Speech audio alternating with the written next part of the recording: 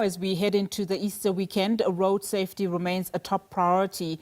With increased traffic and more people travelling, authorities are urging drivers to stay alert and follow the rules to avoid accidents. Let's take a closer look at how both drivers and pedestrians can contribute to safer roads during this busy holiday period.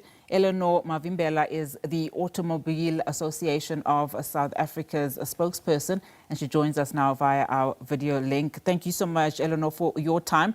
So before we get into how driver behaviour or even pedestrians is also a contributor for the high accident rates in our country, let's get your reaction to the renewed warnings and concerns from the public transport sector, at least, that poor road infrastructure continues to put the lives of many road users at risk. I mean, things like no visible lanes, old and poor signs, etc. I would imagine these two play a huge role.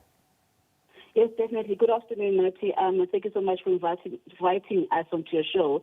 Definitely, road infrastructure does play a significant part when we talk about road safety for both motorists, pedestrians, cyclists and motorcyclists.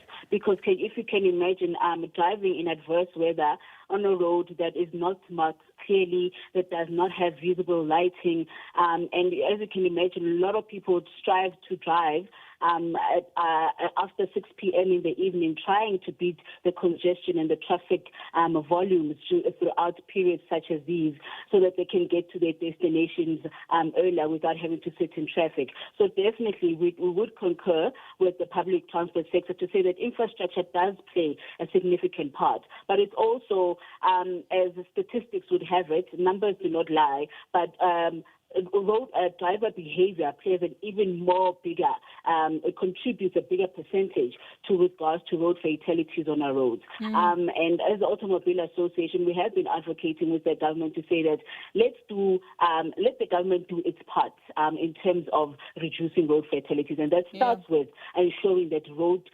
infrastructure is at its optimum. Traffic lights are operating as they should be. Road traffic markings are there and visible lighting, especially at night and especially during adverse weather conditions. And that would assist quite a bit to reduce road fatalities in South Africa. Yeah, let's look at the Easter weekend now. I mean, sadly, we've already had a few collisions, including the major one at the start of the Easter weekend. That was on the N4 in Mpumalanga, where 5 people were killed in a head-on collision between 2 cars. I mean, this is particularly concerning since the Department of Transport, not too long ago, in fact, had issued the most critical routes across the country requiring more focus monitoring, including this particular road on the N4. I mean, other provinces were also identified: KwaZulu-Natal, the Free State, Eastern Cape, Mpumalanga, and KwaZulu-Natal. It's quite concerning.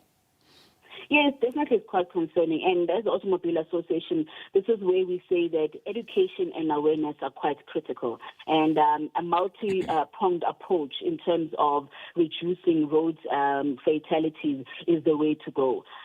We can't have where we definitely amplify messages around this time of the year, but it should be an everyday thing, so that by the time we reach your Easter period, your high traffic period, like the Easter weekend, the long weekends, the festive season, we are just reminding motorists. It's just a reminder, but it's a culture that's deeply entrenched in us in terms of driving safely on the road, planning our routes in terms of ensuring that our cars are fit for purpose before we even get onto the road, ensuring that we are not drinking and driving, ensuring that everything in our car is operating as it should be. So it's time for us, I think, as South Africans, to look at road safety as quite a critical issue, and not something we just talk about around these heightened periods of the year, but it becomes an entrenched culture. If we're ever going to beat this carnage, it has to be a multi-pronged approach in terms of visibility of law enforcement,